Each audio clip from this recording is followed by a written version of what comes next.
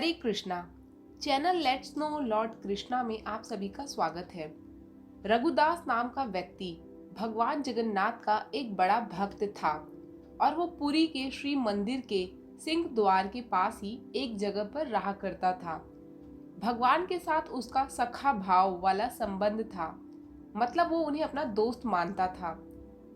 एक दिन उसने बड़े प्यार से एक माला बनाई और भगवान को देने के लिए मंदिर आया, लेकिन पुजारी ने वो माला स्वीकार नहीं करी। इसका कारण था कि माला को बनाने के लिए रघुदास ने केले के पेड़ की छाल का धागे के रूप में प्रयोग किया था। उस समय ऐसी चीजों पर मनाही थी। अब बेचारा रघुदास लाया तो बड़े मन से था, लेकिन अब हाथ में वो माला पकड़े वापस लौट जाता है। इसके बाद संध्या आरती और रात को जगन्नाथ जी के विश्राम करने से पहले उनको खास वस्त्र पहनाए जाते हैं। उस समय जब पुजारी जगन्नाथ जी को फूलों की माला पहनाने लगे तो वो बार बार उनके शरीर से फिसल कर नीचे गिर जाया करती। ऐसा होता देख पुजारी हैरान हुए और उन सब ने सोचा कि अब हम तब तक उपवास करेंगे जब तक स्वयं भगवान उनके सपने में आकर इसका कारण नहीं बता देते। उनके इस विश्वास को देखते हुए भगवान जगन्नाथ सच में मुख्य पुजारी के सपने में आए और उन्हें रघुदास वाली पूरी घटना बताई। साथ ही कहा कि तुम सबने यह नहीं देखा कि वो कितने प्यार से मेरे लिए वो माला बनाकर लाया था। वो इस बात से काफी उदास है और अभी तक रो रहा है। उसने कुछ खाया तक नहीं, तो भला मैं कैसे तुम्हारी माला को स्वीकार कर लूं?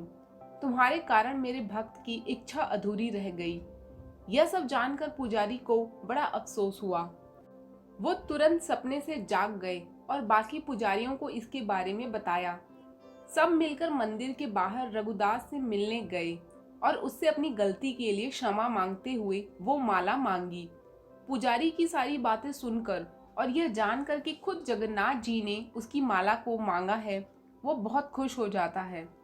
इसके बाद तो रघुदास को हर कोई जानने लगा कि भगवान के साथ उसका दोस्ती वाला संबंध है। तो इस यारी दोस्ती में एक दिन ऐसा आया जब जगन्नाथ अपने दोस्त रघु के पास आए और उससे राजा के बगीचे में साथ चलकर कटहल चोरी करने को कहा। यह सुनकर रघु बड़ा हैरान हुआ।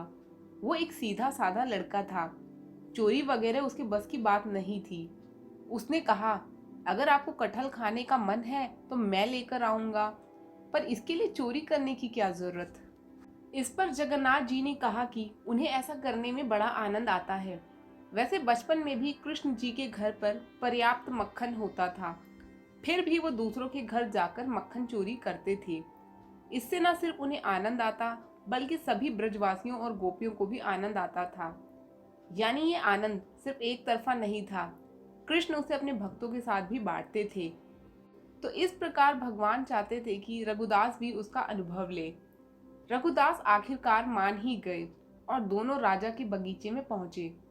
यहाँ जगन्नाथ जी ने रघु को कहा कि तुम पेड़ पर चढ़कर कोई अच्छा सा कटहल देख नीचे फेंकना और मैं यहाँ खड़े होकर उसे पकड़ लूंगा।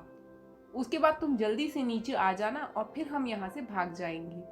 रघुदास इस पर सहमत होकर पेड़ पर चढ़ गया और एक अच्छा सा बड़ा कटहल खोजकर उसे तोड़ते हुए आवाज लगाता है कि जगन्नाथ, तुम तैयार हो? जगन्नाथ कहते हैं कि हाँ, बिल्कुल तैयार हूँ।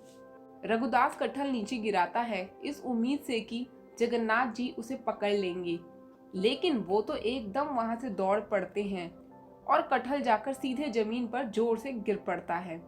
रघुदास को कुछ समझ नहीं आता कि आखिर हो क्या रहा है। वो घबरा जाता है।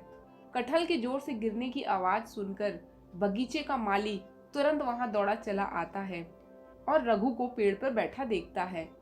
इसके बाद वो तुरंत राजा के पास जाकर उन्हें पूरी बात बता देता है। राजा को विश्वास नहीं होता कि रघु ऐसा कर सकता है, क्योंकि भगवान जगन्नाथ के परम भक्त और उनके दोस्त के रूप में अब हर कोई रघु को जानने लगा था। ऐसे में वो कटहल चोरी कर सकता है, इस पर किसी को यकीन ही नहीं हो रहा था। राजा अपने मंत्रियों के साथ बगीचे में आए, जहां रघु अभी तक डर के मारे पेड़ पर बैठे हुए थे और आखिरकार राजा के आदेश पर उन्हें नीचे उतरना पड़ा। राजा ने खुद उससे पूछा कि अगर तुमको कटहल चाहिए था तो आकर मांग लेते, चोरी करने की क्या जरूरत थी, मैं खुद तुमको दे देता।